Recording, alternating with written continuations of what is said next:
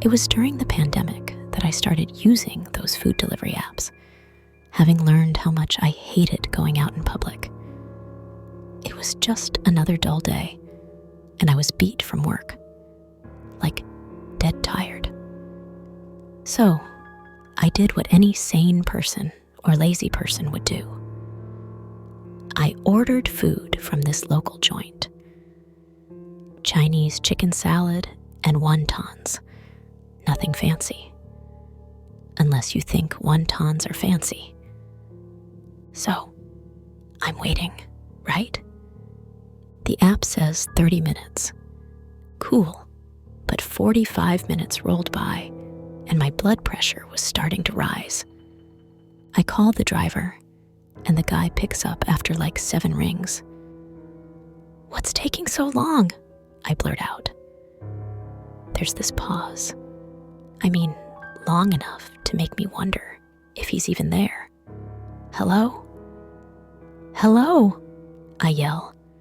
Then he's like, "Who's this?" I'm shaking my head in utter disbelief. I tell him my name and remind him I'm the chick waiting on that Chinese chicken salad and wontons. "Ah, yes," he says. "I'm on my way."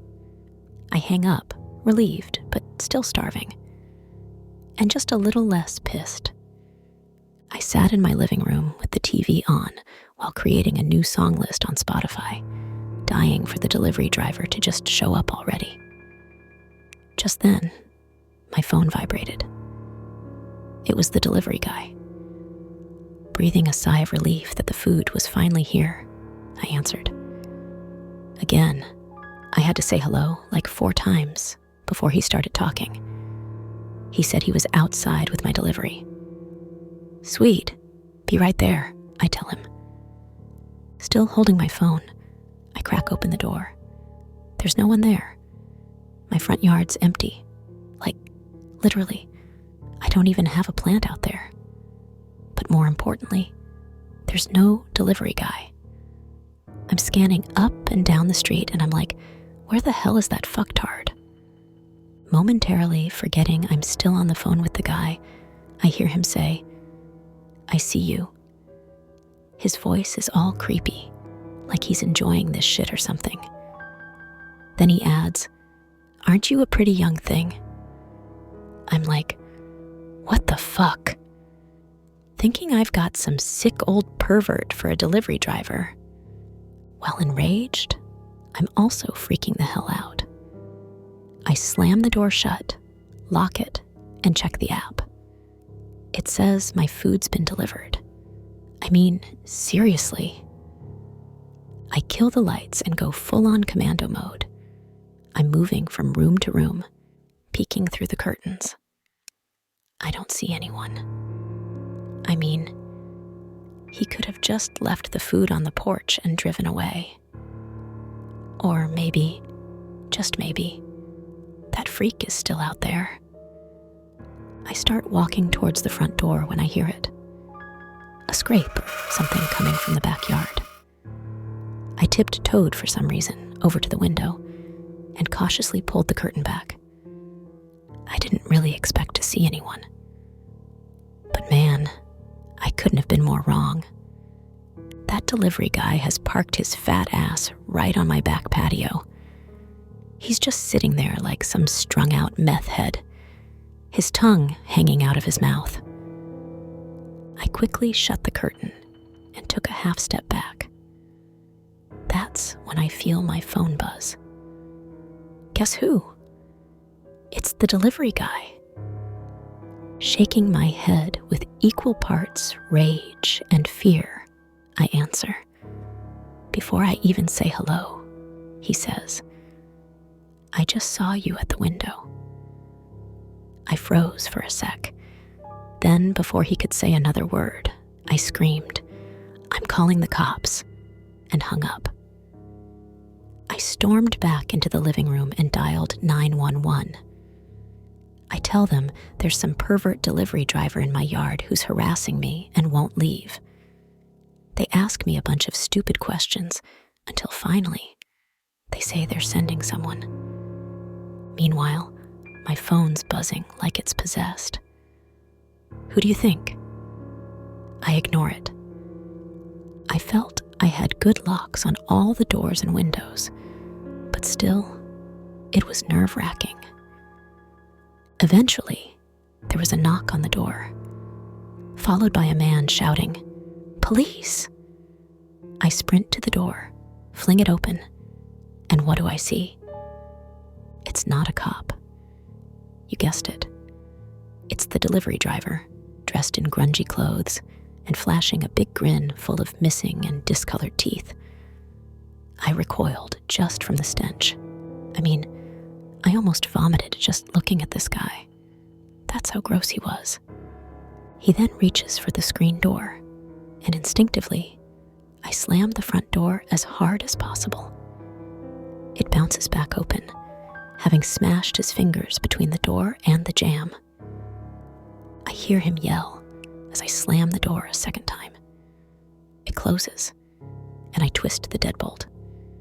He's screaming profanities and all the sick shit he wants to do to me as I stand breathless and shaking on the other side of the door. Meanwhile, he's banging his fist and kicking the door, yelling the whole time. I stood there in what was definitely the scariest few minutes of my life.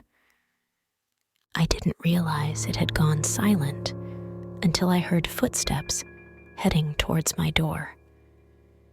I peek through the drapes, and it's the real cops this time. The delivery driver, he's gone, vanished. Oddly, they find his phone in the back on the patio table. Even more weird, the face on the phone isn't the guy I saw at the door. The face staring back at me is some pasty teenager with pimples and a curly mop of strawberry blonde hair. The guy at the door had been like 50 and looked like he'd been dragged out of the sewer to make deliveries. Even more oddly, they found my Chinese chicken salad and wontons next to the front door. The sick fuck had made the delivery after all. Anyway, I told the police everything. They took their report and left. I threw the wontons in the microwave to heat them up. Then, I sat down in the living room with a bottle of white wine to watch TV and eat my Chinese chicken salad. Despite all the crazy shit that went on that night, the salad and wontons were really good. A couple days later, I get a call from the cop who showed up that night. Turns out, the guy at my house wasn't even the real delivery driver. This dude had jacked the real driver's phone mid-delivery or something. I guess I really need to find a better area to live in.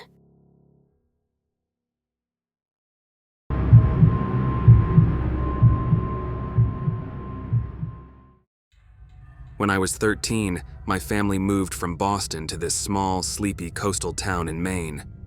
Our new home, nestled between the dense woods and rugged coastline, felt like a world away from the hustle of city life, or anything even remotely close to that.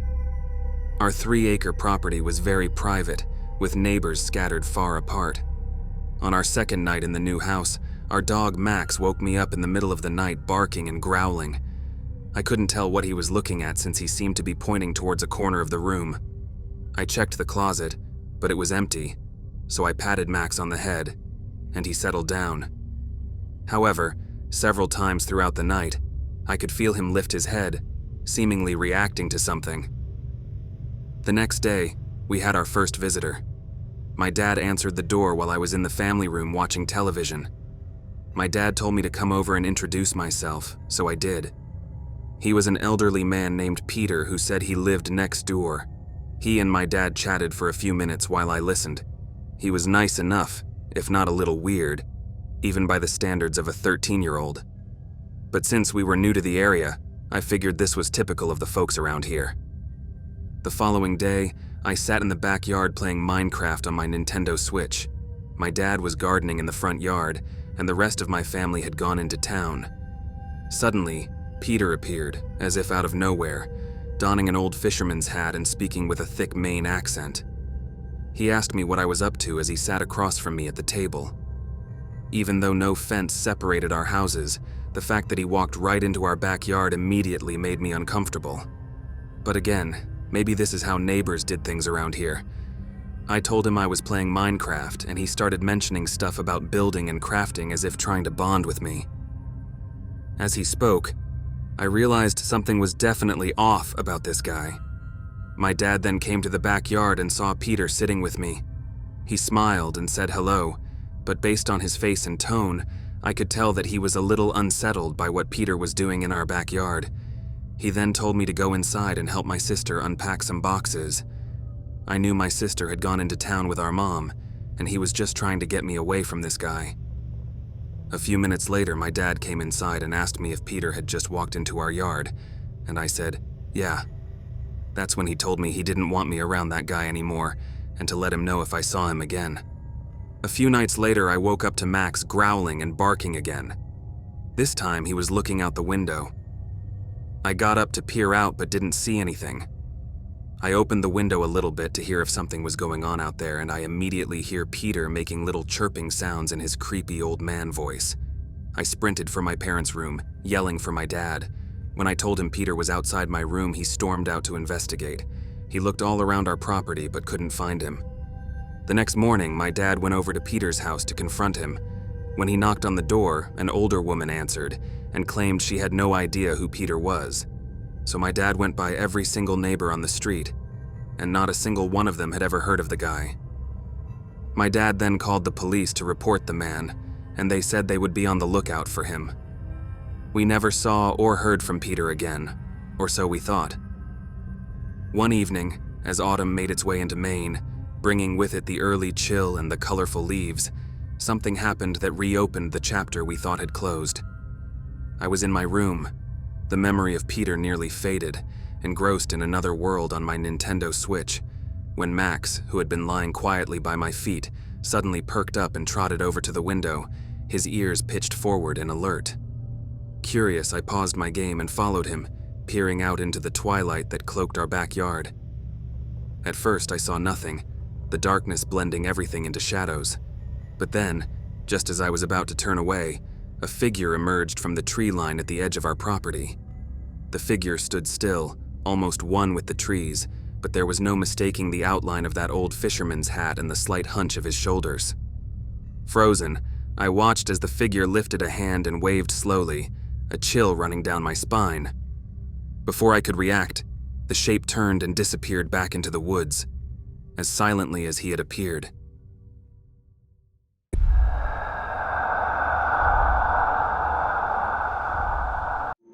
It was about 20 years ago that I joined the real estate industry in the hopes of selling my late great-uncle's home in the South Shore area of Chicago.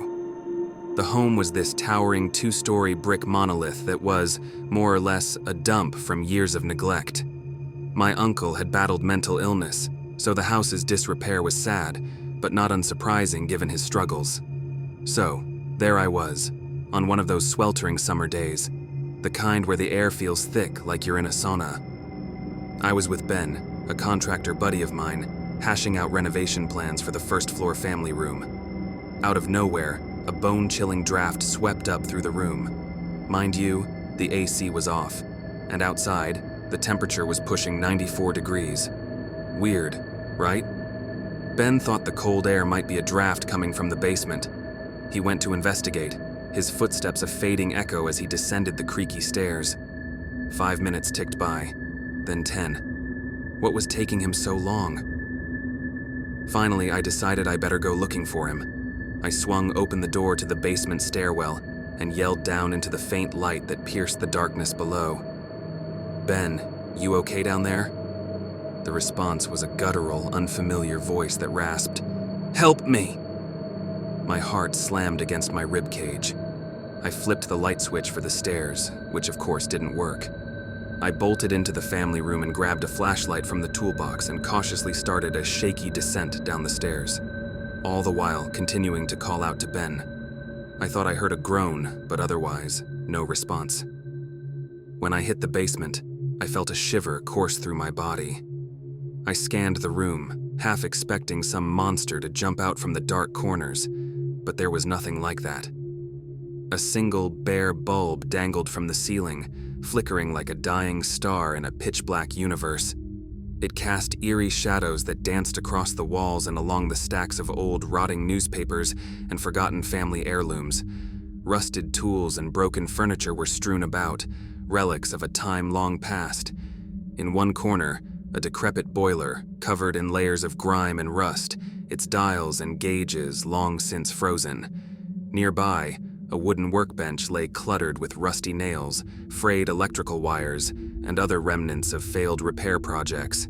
The whole place felt like a tomb, a hidden chamber where secrets were kept and forgotten, waiting for the right, or wrong, moment to resurface.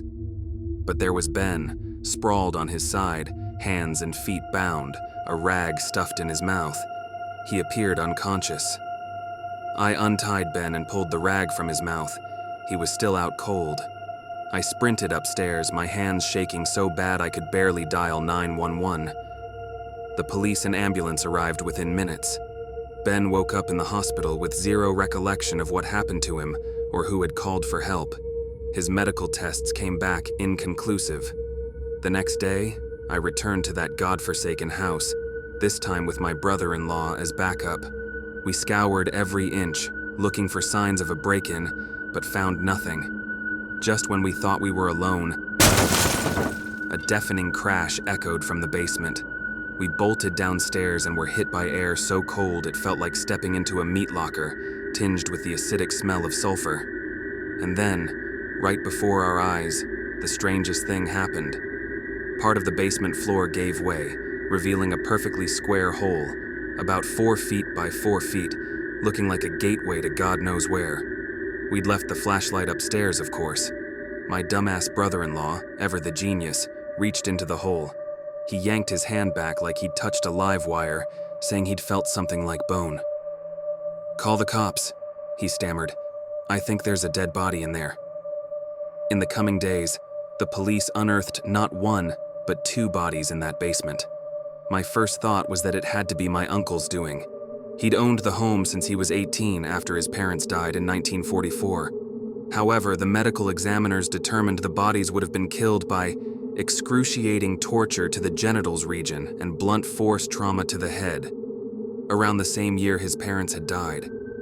But during that time, my uncle was overseas fighting in World War II and didn't return to the States until 1947. To this day, nearly 2 decades later, we never did learn why parts of that house were so frigid, who had screamed for help, or if my uncle had been the murderer. It left my entire family mystified, raising questions that have never been answered. As for the house, we had no choice but to tear it down, its foundation as rotten as its history.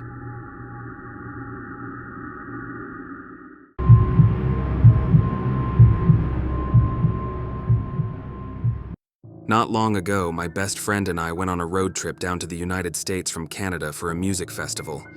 We met up with other friends there, listened to some great bands, and generally had a good time. One of our other friends wanted to catch a ride back with us. He needed to get back home for school, and his buddies were staying an extra day. No problem, I thought. I had a big truck with plenty of room, and if we took turns driving, we could make it straight through in about 24 hours.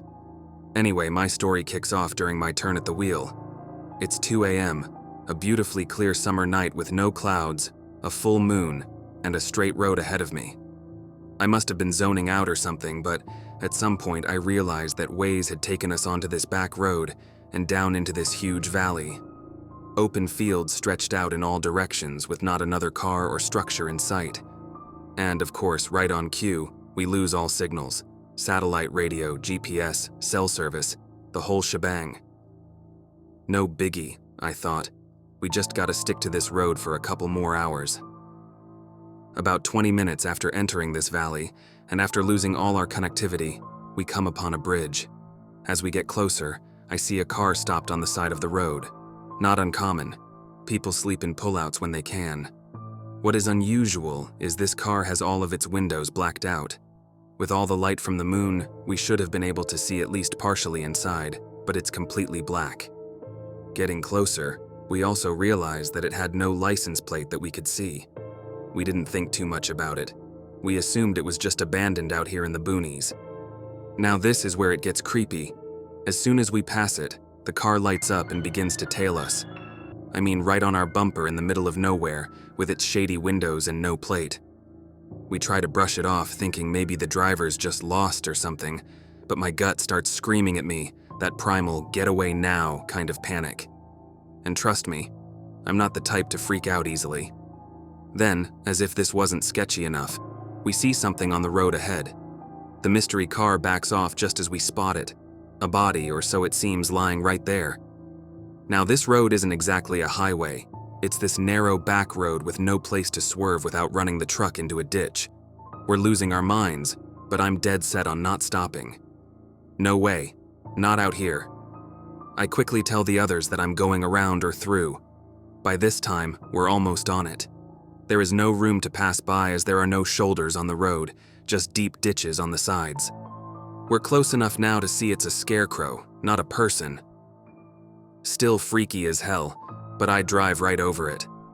The car following us, being much smaller though, could have easily gone around but sticks with us, speeding up when we do, slowing down when we slow, until I floor it. Finally, the car fades away, pulls a U-turn, and leaves. My buddy then hits me with, "Dude, I think there were spikes in that scarecrow." Lucky for us, we were driving a huge truck. The wheel span was bigger than the scarecrow on the road, and we passed right over without ever touching it. It was another half hour before we reached cell service and the satellite picked back up. It wasn't until we got home at 5 a.m. that we remembered that there had been a couple of people reported missing in our province. Ones who were on vacation and driving home from the States who never made it back and were never found. My friends and I fully believe that we escaped some crazy Wolf Creek type of death trap set up for us. We contacted the police about it and ended up making a full report. But since we were unable to pinpoint the exact location for them, there wasn't anything more they could really do. We definitely didn't want this to happen to anyone else. So just believe it when they tell you, don't blindly follow the GPS, and never, ever, get off the highway.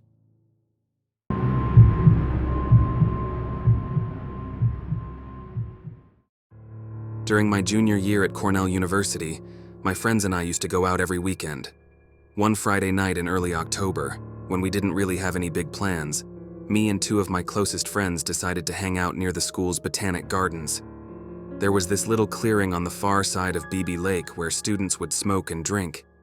It was relatively unknown to most of the kids, but it was close to campus, which is why we chose it. That night, we brought a bunch of beers, lit a fire, and just hung out. As the night progressed and the beers kept flowing, one of my friends suddenly went silent. We all perked up and listened as we heard the soft crunching of leaves and branches somewhere behind us in the woods, almost as if someone was trying to be sneaky. Slowly and steadily, the footsteps were coming closer. We threw our open bottles in the lake since we were all under 21, and it wasn't unheard of for campus police to roam the woods on weekends to catch kids drinking and smoking pot. We tucked the rest of the beers into a backpack I had brought because that seemed logical while moderately drunk and slightly stoned. My paranoia was higher than usual. That was probably the case for all of us. But as the sounds continued, there came a deliberate pacing that felt all too intentional. It wasn't campus police, and it wasn't other students looking for a place to party. This was something else. There wasn't any way we could hide since the fire pretty much exposed us to anyone coming this way. Suddenly, the sound of a tree branch snapping, much too close, freaked all of us out. None of us were really the confrontational type, so we were lacking that one person who would have the confidence to stand up and yell out to whoever was out there. Instead, we all just sat in silence, shushing each other, our minds spiraling into worst-case scenarios. The someone or something out there seemed to be circling us. Cracking tree branches and leaves crunching on the ground kept echoing over to our campsite. The pot and the beer should have had us chuckling, but we were all pretty terrified of who or what it could be. Then, without warning, a branch hurtled through the air, landing with a thud in the center of our little campfire. Chaos immediately ensued. One of my two friends jumped up and, without a word, took off running while my other friend and I sat behind, looking at each other nervous. We didn't know yet if this was a joke or not. Then, another branch flew from the darkness, striking my friend in the head with a sickening thud. I grabbed my backpack, hurled my friend up off the ground, and ran as fast as we could toward campus. When we hit the Sackett footbridge, which separated the gardens from the dorms, we stopped to catch our breaths. We thought we were safe. We were not. We heard footsteps thrashing through the leaves towards us. A tall figure soon emerged from the trees and stopped at the top of the steps leading down to the bridge. It looked like Slender Man, which I know is insane, but that's what he looked like. We took off running again, his footsteps echoing on the stone bridge that crossed over the narrow part of BB Lake. We didn't stop again until we made it back to the dorm. We sat in my room, adrenaline turning into relief, which turned into laughing as we finished off the rest of the beers. That stopped when, periodically looking out the window, we soon saw a figure emerge from the woods and walk across the lawn toward our dorm. It was too far to see his features, but he looked tall and thin, the same build as the figure we saw on the other side of the bridge. We lost sight of him in the darkness. A few minutes later, there was a pounding on the door, and I could see the doorknob being twisted back and forth. We nearly jumped out of our skins. But it was our other friend who had taken off running at the first sign of trouble. We laughed it off, nervous and unsettled, while we finished our beers. It wasn't until the next morning that we realized how terrifying that experience actually was. From that night on, we never went back to the Botanic Gardens at night.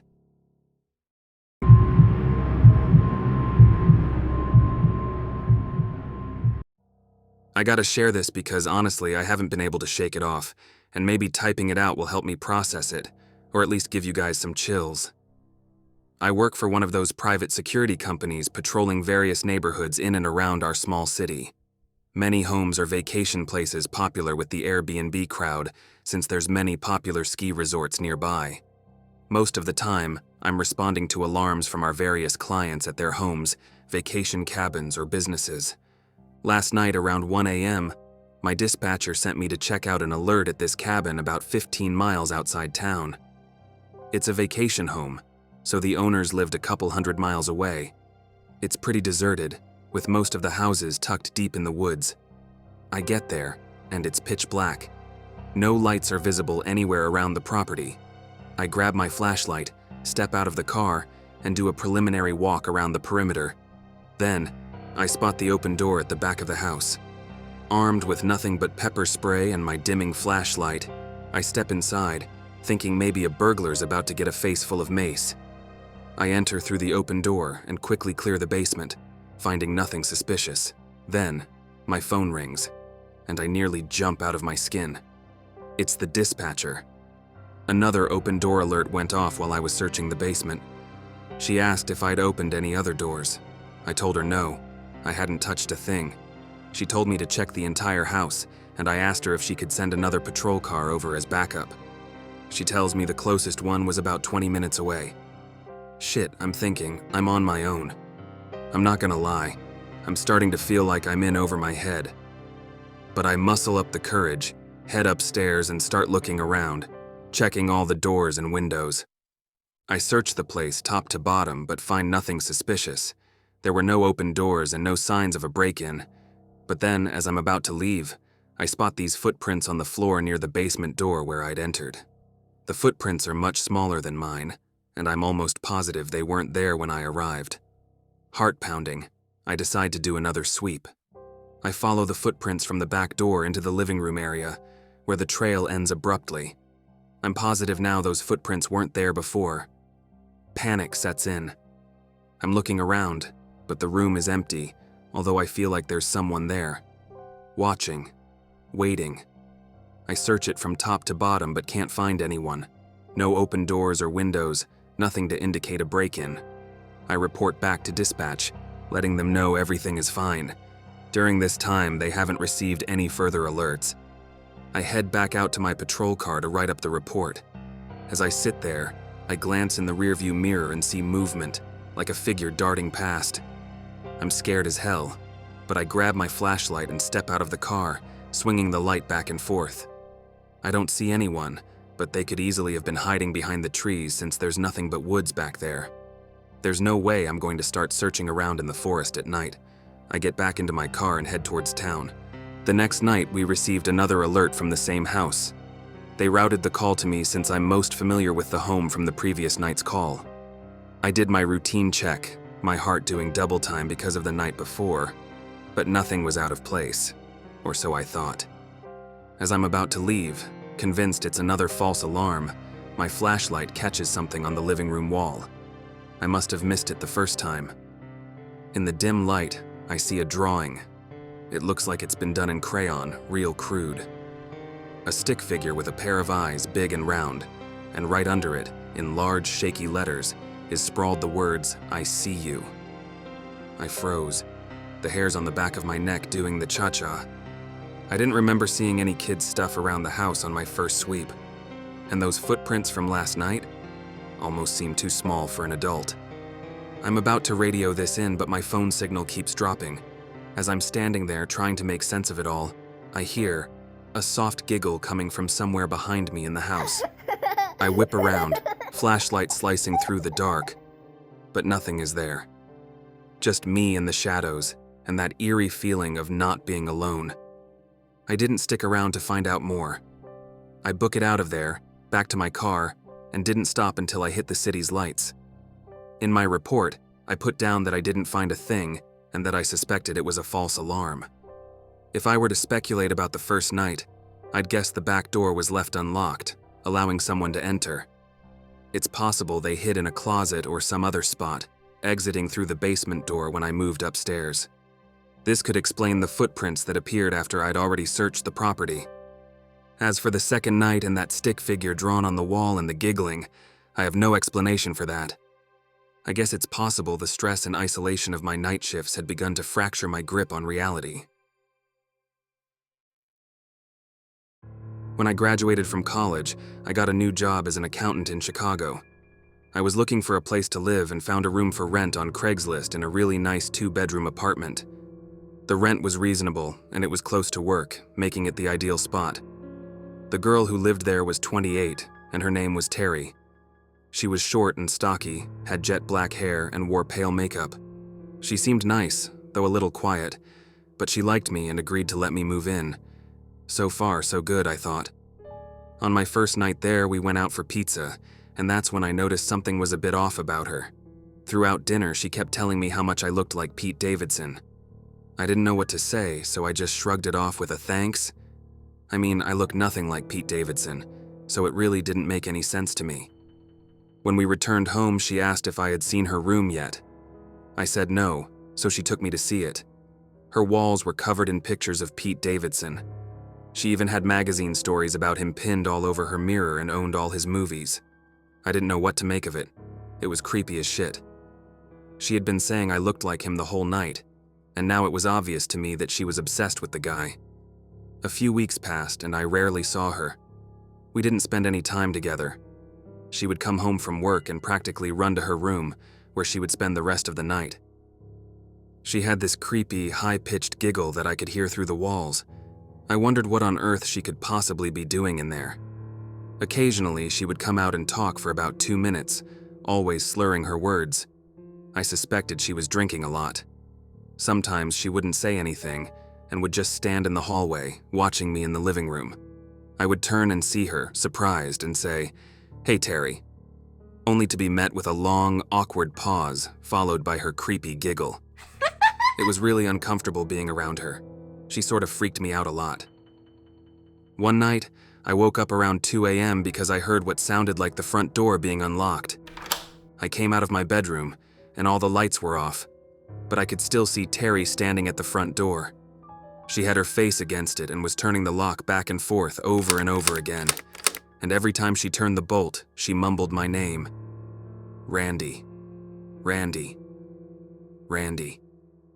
Seeing her standing in the dark and mumbling my name really freaked me out. It didn't help that she kinda looked like a bigger version of the girl from The Ring. I quietly went back to my room and tried to sleep. One night I was watching television when she stumbled out of her room and turned on the living room light, forcing me to pause the show, which was annoying. She then asked if I wanted to hear about her ex-boyfriend. It was an uneasy segue into the topic, but I said sure, and awkwardly sat back to listen. 10 minutes into her story, she was so riled up, screaming at the top of her lungs about their breakup. I was worried the neighbors would call the cops, and she wasn't listening when I asked her to tone it down a bit. Amidst all of her screaming, one thing she said really freaked me out. She was in such a fit and yelled, "I'll slit his fucking throat." That was a game changer. Suddenly, I had no idea what this girl was capable of. She was practically a stranger, and everything I had seen was becoming alarmingly disturbing. After a few more minutes, she thanked me for listening and started her giggle again. I got out of there pretty fast and went to my room to sleep. I had a weird feeling about being in the house with her, and what's worse, there was no lock on my bedroom door. I decided to push the edge of my dresser in front of it to act as a little barricade. I woke up in the middle of the night to the sound of my dresser scraping against the floor. Terry was pushing the door open. I turned on my light, shouting at her to stop. I could see her through the opening of the door. She was so drunk and had this insane look in her eyes. I pushed the door closed and yelled at her to go to bed. I heard her walk back to her room, but I couldn't fall back asleep. The next morning, my heart dropped when I went out into the hallway. I saw one of her steak knives on the floor by my door. I got goosebumps all over my arms. All I could think about was her saying she would slit that guy's throat. I confronted her about it, and she said she didn't remember trying to push my door open. She said she didn't even remember telling me about her ex. I'd had enough of her craziness. My lease was month to month, so I found a new spot and moved out. About a month later, she reached out to me. I was at the movies, and my phone was off. When I got out, I turned my phone on. I was shocked to see like 50 text messages from her sent over the past couple of hours. They were all insane texts ranging from "Hi, how are you?" to "I fucking hate you." It was insane. I didn't respond, and thankfully I never heard from her again. I always wonder if I hadn't set my dresser in front of my door, would she have quietly come into my room and slit my throat? It still freaks me out to think about it.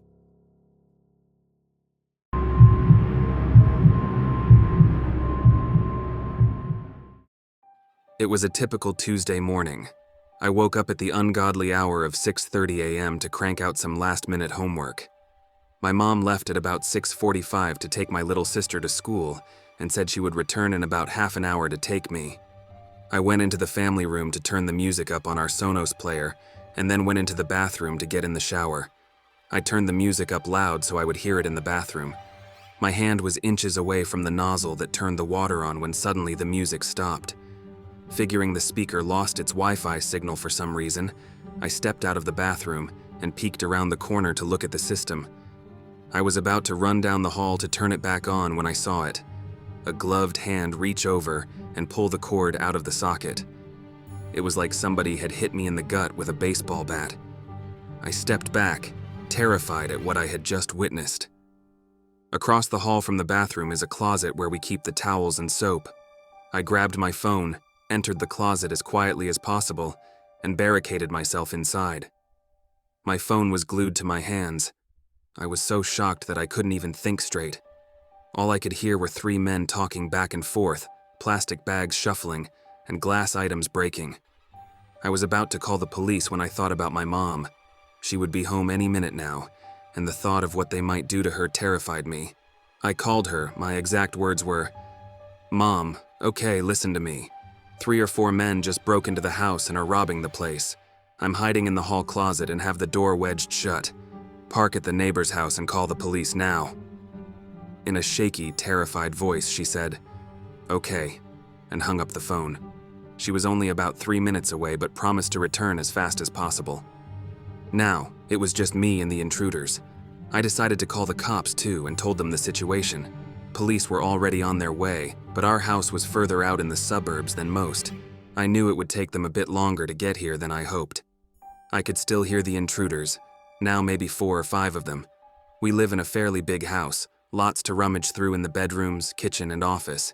Maybe I had enough time before they reached me. Minutes passed that felt like hours, and I could hear them getting closer.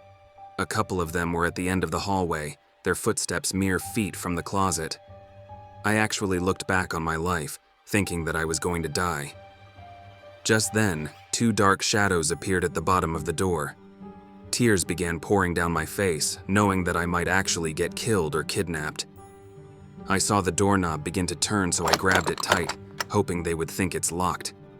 My blood ran cold, and I got sick to my stomach as he was now close enough to hear him clearly say, "Shit, it's locked."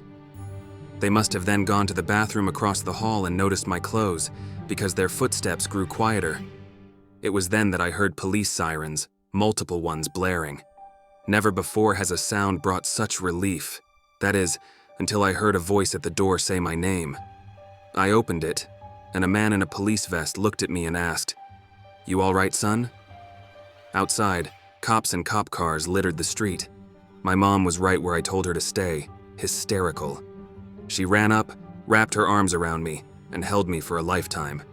As I stood there, enveloped in my mom's arms, relief washing over me, a police officer approached, his face somber. He cleared his throat before speaking, his words slow and deliberate. "I'm glad you're safe, son, but there's something I need to ask you."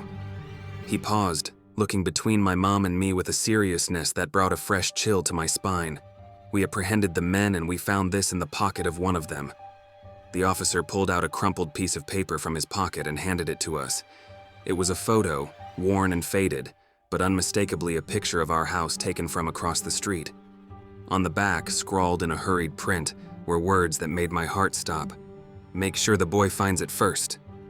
The officer's next words were almost drowned out by the pounding in my ears. "Do you know what this means?" he asked. I shook my head no, my mind racing. My mom then chimed in, "You better ask my ex-husband, wherever he is."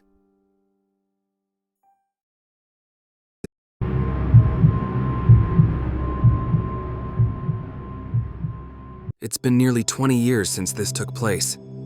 It's one of those things that you never forget, although I wish I could.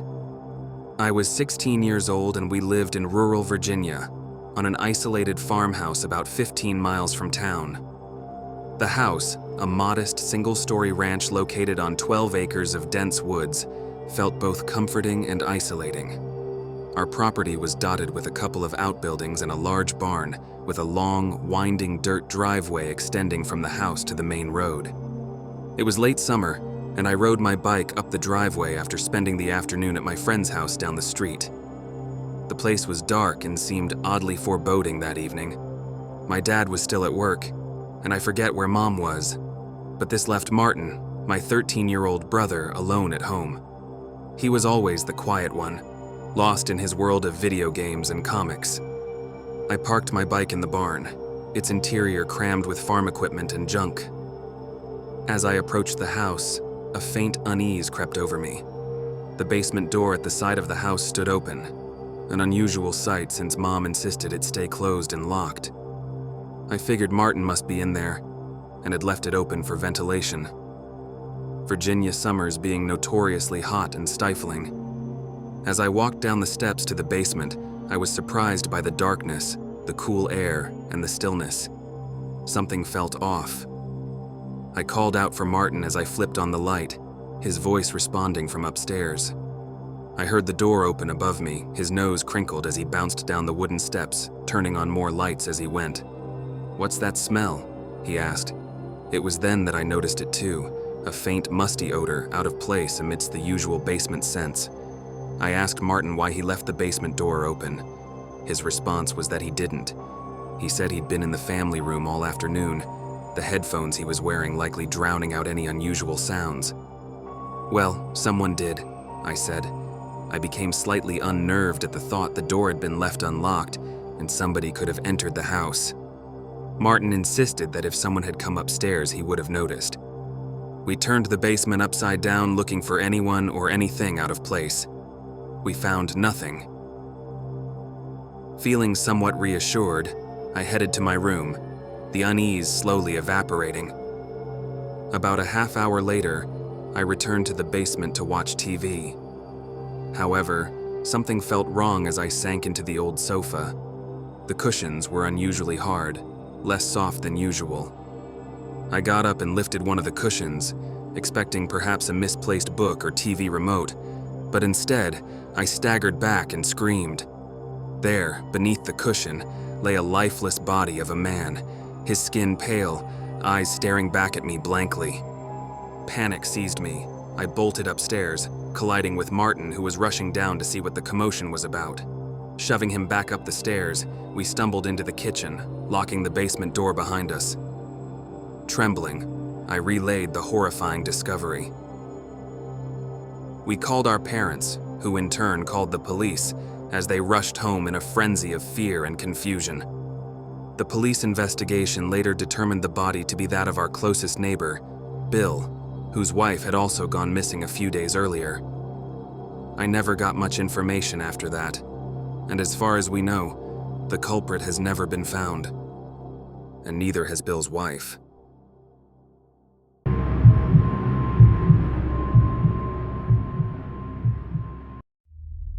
I live alone in a small house I rent close to work. The day started out the same as every other weekday. I went to work, returned home, made some dinner, and then sat on the couch to watch a show or a movie. It was Friday, so I liked to stay up a little later than usual, but sometimes my eyes wouldn't let me. I turned on a movie around 8 o'clock, and at some point, I fell asleep during it. It wasn't until a sharp and sudden sound made me snap back out of sleep. It was my phone, making a sound I had never heard before. I picked it up from the coffee table and squinted at the bright screen. It was a notification for a message I received on Facebook. Opening it, I was taken straight to the Facebook Messenger app, which I had never actually used before. I was confused, seeing a text from a man simply saying hello. His name looked familiar, but he was definitely not one of my close friends. I clicked on his profile and saw that we had one mutual friend and had actually been connected on Facebook for 4 months. That sparked my memory from when I accepted his invitation. Honestly, I just accept anyone's invite as long as they have mutual friends with me. I don't share anything too private online, so it never really mattered. I went back to the Messenger app and just said hi to be polite, though I was beginning to recognize how late it was and how odd it was to randomly text someone at this hour. Immediately after I sent it, the 3 dots appeared as the person typed, followed by a new message. Reading it, I gasped, dropped my phone on the table, and looked over at the window. The text read, "I love that movie too. We should watch it together." I didn't see anything outside, though. It was completely black. I was shaking, knowing now that someone was definitely watching me. I felt super uncomfortable, not knowing how long he'd been watching. Then I heard my phone beep again and light up with a new message. I was horrified and just stared at my phone on the table, unable to move and too scared to look at the message. I can't even tell you how long I was frozen there, as everything felt strange before the doorbell rang. I jumped again, now with tears in my eyes from my panicked state. I grabbed my phone and dialed 911, then tried to explain my situation as best I could while overwhelmed and upset. The operator told me they had someone on their way, just 5 minutes out, and to lock myself in a room and wait for help to arrive. I agreed, trying to calm myself down. Just as I ended the call, another message came through, then another and another, spamming my phone with that awful beeping sound before I turned it on silent. There were 10 or 15 messages in all caps from the man demanding me to open the door. Then, in the very last message, it simply read, "Never mind." I didn't know what that meant, but it only took a few seconds for me to find out. A soft bang came from the other side of the house. It was very muffled, as if it were far away. I stood still, listening for a moment, before another one, louder this time, echoed through the hallway by the kitchen. Able to hear the sound more clearly now, I could tell it was coming from the basement. I quickly ran to my bedroom, hearing another much louder bang followed by something shattering. I locked myself in the room, silently crying from the fear of the situation. As I listened to the sounds of the man making his way through the basement, I knew I locked the basement door to the rest of the house, but I was sure the man would break through at any minute. I heard the doorknob rattling, followed by several shoves, as if attempting to push through it, before 3 loud knocks came from the front door. "Police! Open up!" I sprinted to the front door, unlocking it and letting them in. I pointed to the basement door, talking fast and telling them that he was in there. They immediately took their guns out and rushed towards it.